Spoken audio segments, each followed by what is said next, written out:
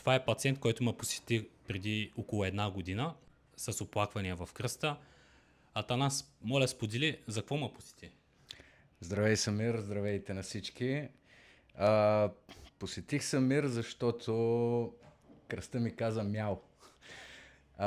Това не беше обаче най-големия проблем. Основното, което беше проблем, е изтръпването на десен крак. От коляното надолу не усещах абсолютно нищо. Каква ти беше диагнозата?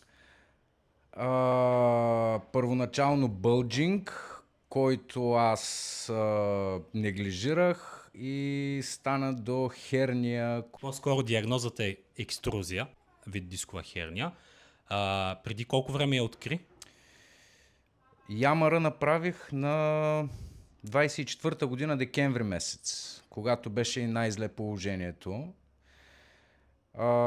След което първия консулт, който направих с доктор, беше неврохирург, който ми каза, че вече съм закъснял за операция.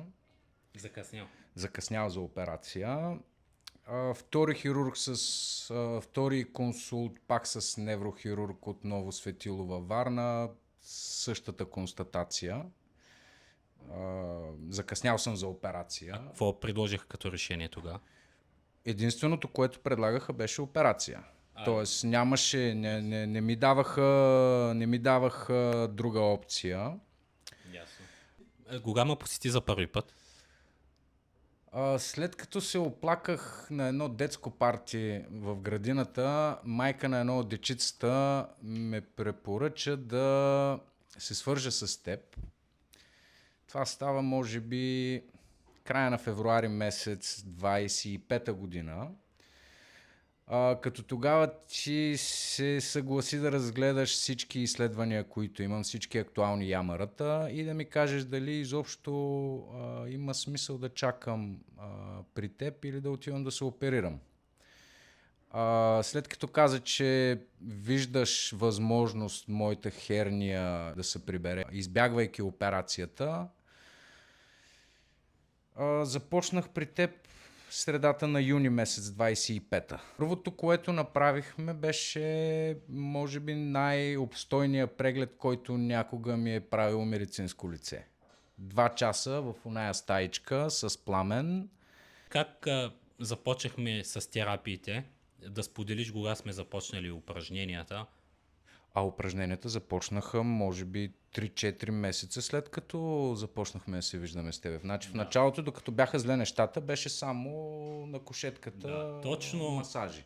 Точно това опитвам да кажа на всички пациенти с дискови херни, че освен, че трябва да създадат правилните упражнения, те трябва да бъдат и в правилното време дадени. Затова не е най-доброто винаги да се почнат упражнения от интернет или на случайен принцип. Първо е нужно да се направят редица от терапии, мануални терапии, апаратни терапии.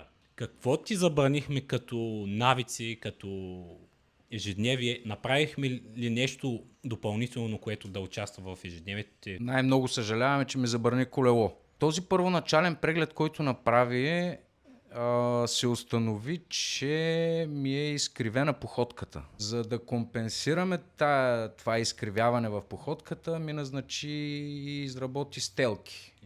Индивидуални стелки, които са си по моя крак, взима се отливка и се правят по схема. Да. Поръчам ми да отслабна, защото бях с наднормално тегло. Движение да имам и умерено и равномерно натоварване. Да. Обикновено забраняваме карането на велосипед на пациенти с дискови херни, тъй като самото седение и навеждане леко напред, това разтваря прешените на кръста, като цяло на гръбнака, и има възможност дисковата херния да си увеличи размера. Затова му беше забранено да провежда този вид спорт.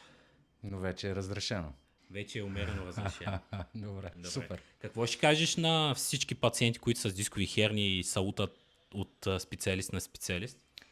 Първо да си обърнат внимание, защото аз стигнах до това положение, защото все си намирах извинения и оправдания да не си обърна внимание.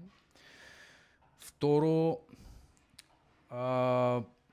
лично мой съвет, направете всичко възможно да избягате от операция. Имаш ли дори малко съмнение, че може би нещата няма да се получат? Честно казано не.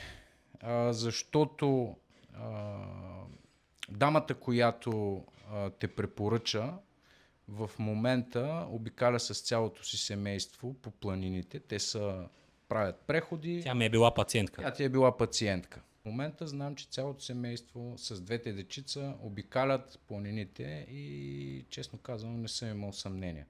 Единствените съмнения бяха породени от факта, че за да има ефект от цялата работа, пациента трябва да е ангажиран. И всъщност аз се съмнявах по-скоро в себе си дали ще намирам време за упражненията, дали ще имам мотивация всяка седмица да идвам понякога и 2 пъти и така, иначе не. Казвал съм ти и ти си ми правил забележка, че ти вярвам на 100%, ти ми казваш, на никой не вярвай 100%. Така че не съм имал. Тоест съмненията са били в мене. Да. Както обичам да казвам, 50% е от мен, 50% е от пациента. Да. И така приключваме разговора. Благодаря ти за доверието.